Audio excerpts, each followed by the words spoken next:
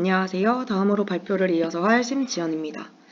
저는 MSA 아키텍처에서 메시지 큐 패턴 예시와 모니터링에 대해서 발표하도록 하겠습니다.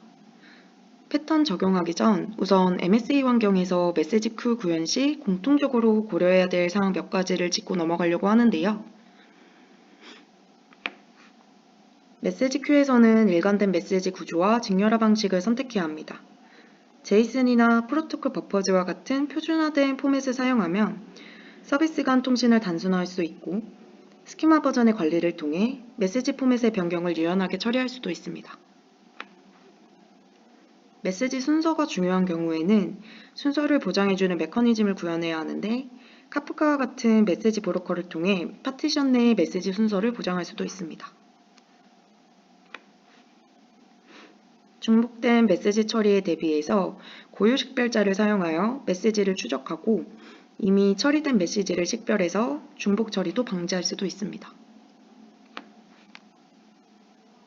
메시지 장애 처리 같은 경우에는 그 예로 손실 방지와 재시도를 위해 데드레더 큐를 사용해서 처리에 실패한 메시지를 저장하고 나중에 재처리하는 방법도 있고 메시지 브로커 내 설정을 통해서 메시지 손실을 최소화할 수도 있습니다. 추후 메시지 양의 증가에 대비한 확장 계획을 수립할 때에는 수평적 확장이 가능한 메시지 브로커를 선택하고 컨슈머 그룹을 활용해서 병렬 처리 능력을 향상시킬 수도 있습니다. 메시지 큐 패턴을 사용할 때는 큐 길이, 처리 속도, 오류율 등의 큐의 상태에 대한 지표를 실시간으로 추적하고 이상 징후를 감지할 수 있는 알림 시스템을 구축해 추후 일어날 수 있는 장애에 대해 모니터링하고 대비해야 합니다. 마지막으로 메시지 암호화 및 접근 제어를 구현하여 토픽 기반 라우팅이나 콘텐츠 기반 라우팅을 구현하여 메시지가 올바른 목적지에 도달할 수 있도록 해야 합니다. 다음으로는 이고브 프레임 MSA 프로젝트의 메시지 큐 패턴 사례를 보여드리겠습니다. 이고브 프레임 MSA 프로젝트에서는 아파치 카프카와 레빗엔큐 도구를 사용해서 큐 패턴을 적용하였는데요. 먼저 아파치 카프카를 사용한 큐 패턴 구현을 설명해 드리겠습니다. 기능을 간단히 요약해 드리면 결제 시스템 서비스에 아파치 카프카를 사용해서 큐 패턴을 적용하였고요.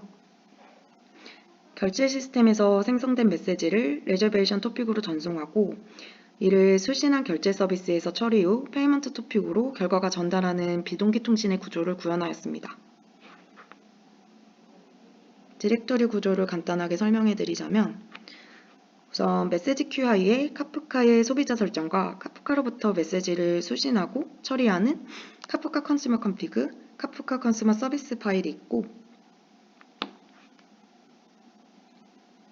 리저브 페이먼트 하위에는 결제 처리 및 결과를 카프카로 전송하는 리저브 페이먼트 서비스 파일이 있습니다. 이어서 각 클래스들이 어떻게 구현되어 있는지 좀 더 자세하게 설명해 드리도록 하겠습니다.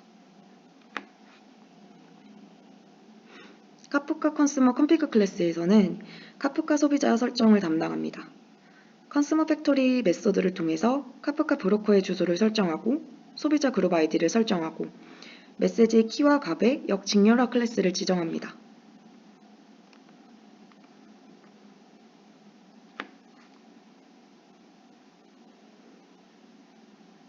카프카 컨슈머 서비스 클래스에서는 카프카로부터 메시지를 수신하고 처리하는데요. 카프카 리스너 어노테이션을 통해 지정된 토픽에서 메시지를 수신하고 그룹 아이디로 소비자 그룹을 지정합니다.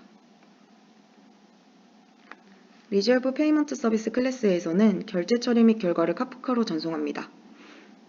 오토와이어된 카프카 템플릿을 통해 카프카로 메시지를 전송하기 위한 템플릿을 주입받고 프로세스 페이먼트 메소드로 결제 처리 로직을 구현하고 처리 결과를 페이먼트 토픽으로 전송합니다.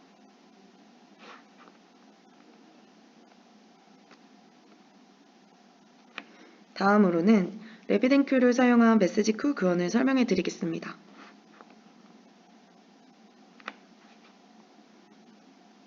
기능을 간단하게 요약해 드리면 예약 시스템 서비스에 레빗엔큐를 사용해서 큐 패턴을 적용하였습니다.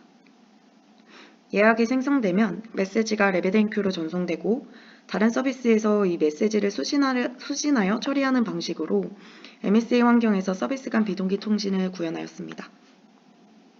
디렉토리 구조에 대해서 간단하게 설명해드리면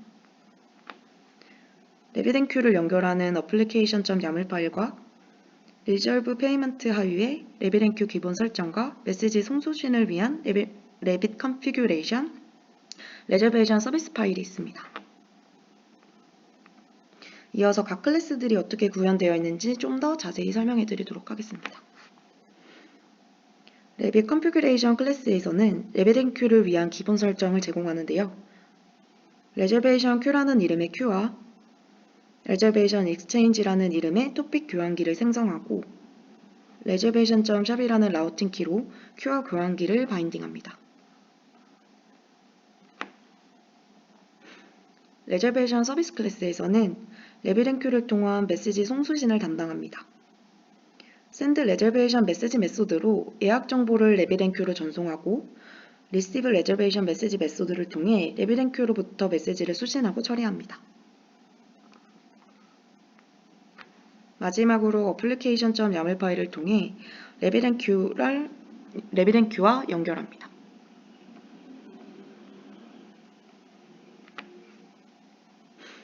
다음으로는 메시지 큐 적용에서 모니터링이 왜 필요한지에 대한 간단한 개념 설명과 이고프 프레임 MSA 프로젝트의 모니터링 방법을 설명하고 발표를 마치도록 하겠습니다.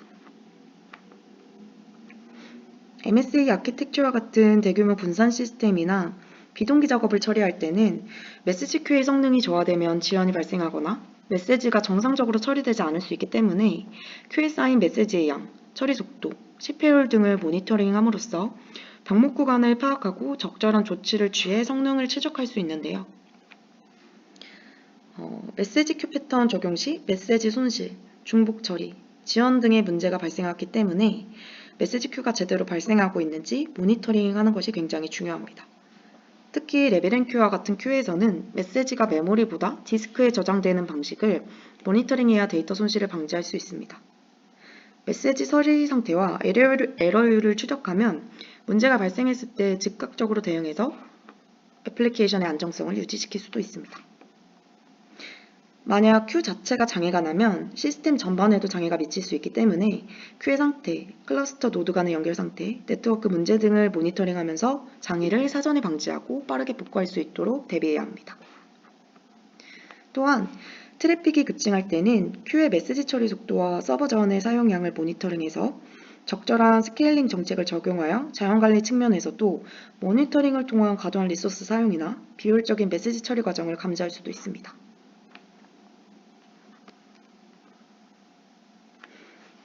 이고프 프레임 MSA 프로젝트에서는 스프링부트 액추어처와 프로메테우스를 사용해서 모니터링을 구현하였는데요. 디렉터리 구조를 간단하게 설명해드리면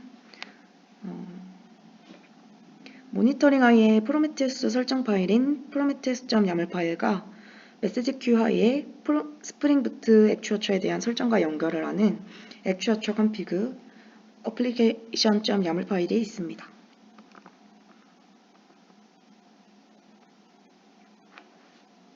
이 config 파일과 YAML 파일의 연결과 설정을 통해서 이고프 프레임 MSA 프로젝트에서는 스프링부트 액추어처를 통해서 애플리케이션의 상태, 매트릭 등을 노출하였고 프로메테우스를 통해서 이를 수집하여 모니터링하고 있습니다. 이때 그라파나와 같은 도구를 추가로 사용하면 수집된 데이터를 시각화할 수도 있습니다. 네, 그럼 이상으로 메시지 큐 발표를 마치겠습니다. 감사합니다.